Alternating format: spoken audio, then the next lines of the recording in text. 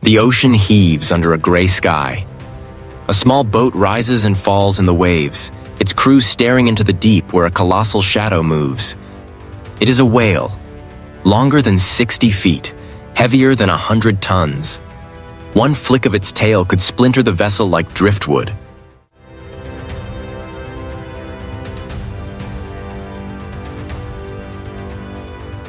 What could drive men to confront such a giant with nothing more than wooden boats and iron-tipped spears? Was it courage, hunger, or the sheer fight to endure? For generations along the coast, the whale was never just an animal. It was survival itself, a living treasure chest of oil, meat, and bone. Yet every hunt demanded a price in sweat, blood, and sometimes lives.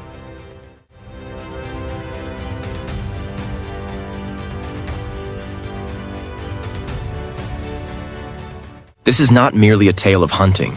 It is a struggle for existence, a ritual forged by the sea. Welcome to Discover Legends. On this distant dawn, the pursuit begins. Subscribe and step into the hidden battles carved into the waves.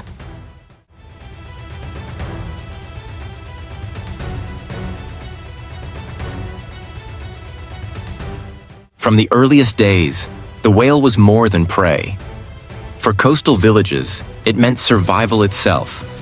The sea gave generously, but it demanded sacrifice with every tide.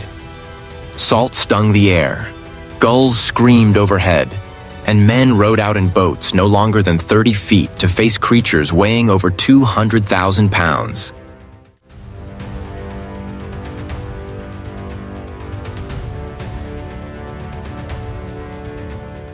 To them, the whale was a floating treasure chest. Blubber became oil, meat became food, bone became tools and shelter. One blue whale could yield nearly 100,000 pounds of sustenance, enough to keep an entire community alive through a harsh winter. Yet every strike of the harpoon was a gamble. One wrong move meant capsized boats, broken bodies, and widows left waiting on shore.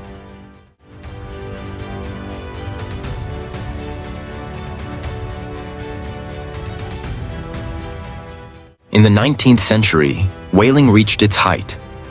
Some years saw over 40,000 whales killed across the oceans. Their blubber was boiled into oil, a substance called liquid gold. It lit lamps, fueled machines, and powered an age before petroleum.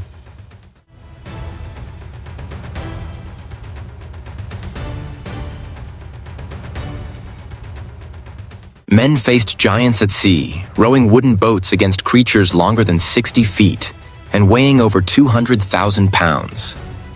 The prosperity was real, but so was the price. Each shining lamp in the city was paid for in blood, sweat, and the lives of sailors who never returned.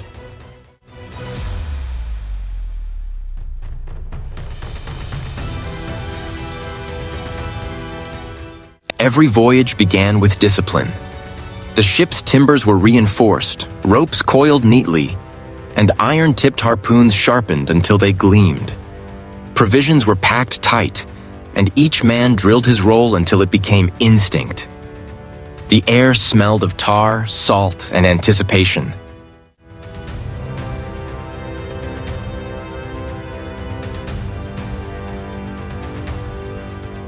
Then came the cry. "There she blows!" A white spout rose against the horizon and the crew erupted into motion. Small boats splashed into the water, oars biting hard as men drove toward the dark bulk ahead. The first strike unleashed chaos. The whale surged, dragging the boat for miles in a furious sprint. Sailors called the Nantucket sleigh ride. Ropes screamed, waves crashed, and men clung on with bleeding hands.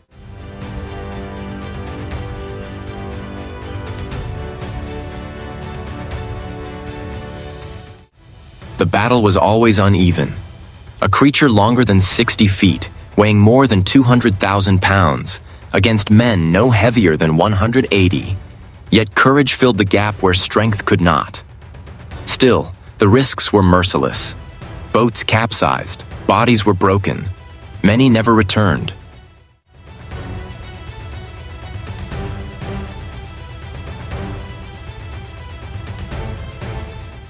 At last, after hours of struggle, the giant slowed. Muscles trembled, lines tightened, and the sea grew still. The whale rolled on its side, a mountain of flesh surrendering to exhaustion. There was no cheer, only silence, heavy with awe and the weight of a life taken.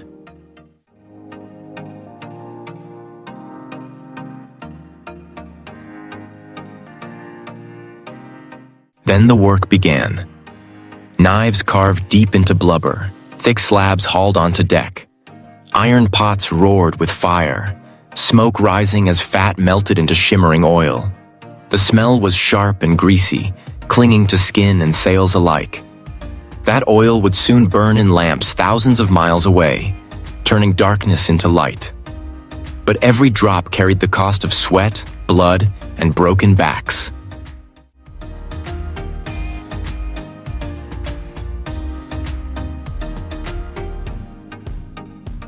Nothing was wasted. Meat was salted or dried, bones carved into tools, baleen shaped into ornaments and frames. A single blue whale could yield nearly 100,000 pounds of blubber and flesh, enough to feed and fuel an entire village through the winter.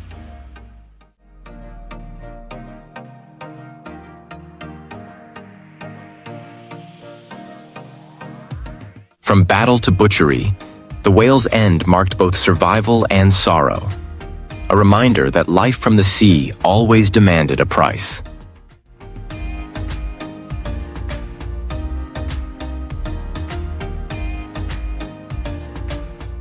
When the whale finally reached the shore, the battle at sea gave way to a festival of labor. Children darted across the sand, weaving between barrels and baskets. Their laughter mingled with the cries of gulls circling overhead. Women salted long strips of meat, smoke rising from fires where tools were rinsed and dried. Men split heavy bones with iron axes, their voices carrying over the tide. The beach became a chorus of sound, waves, hammers, laughter, and song.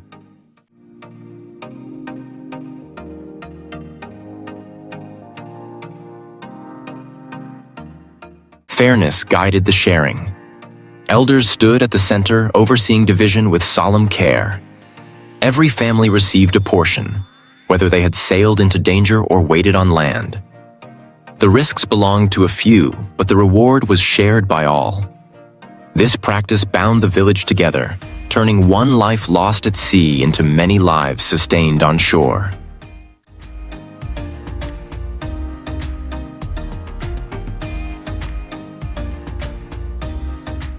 Gratitude followed.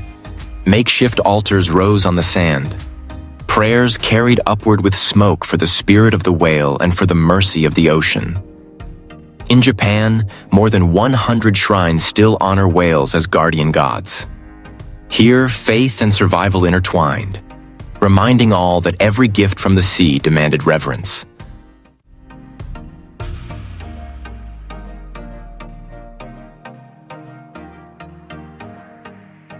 The whale was more than sustenance.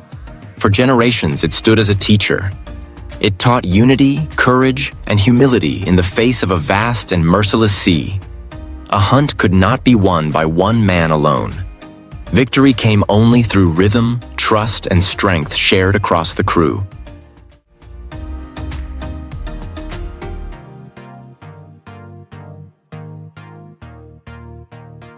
Fathers passed these lessons to their sons. They taught how to read waves that rose 10 feet high, how to steer a fragile boat through storms, how to strike with precision when a 200,000-pound giant surged below. Skills were not written in books but carved into memory, carried in muscle and bone.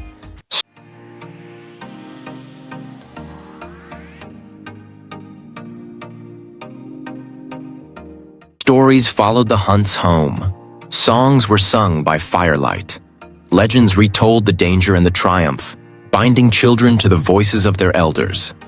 Through these stories, the whale became more than prey. It became heritage, a living symbol of memory, endurance, and the cultural soul of the sea.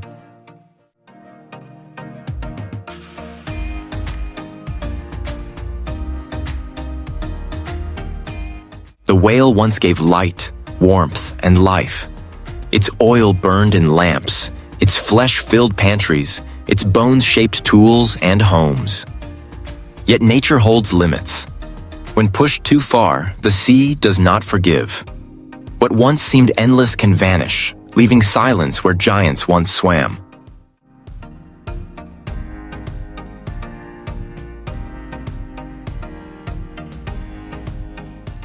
On the open water, mankind remains small. A boat of 30 feet is nothing beside a whale 60 feet long. Here, humans are apprentices, and the whale stands as teacher, guardian, and warning. Every hunt was a reminder that survival came not only from strength, but from respect.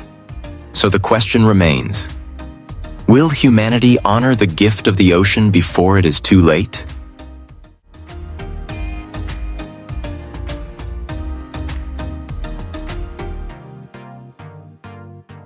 The journey does not end here. Subscribe to Discover Legends, ring the bell, and join the next expedition. If you are ready to sail again, comment yes below. The hunt continues.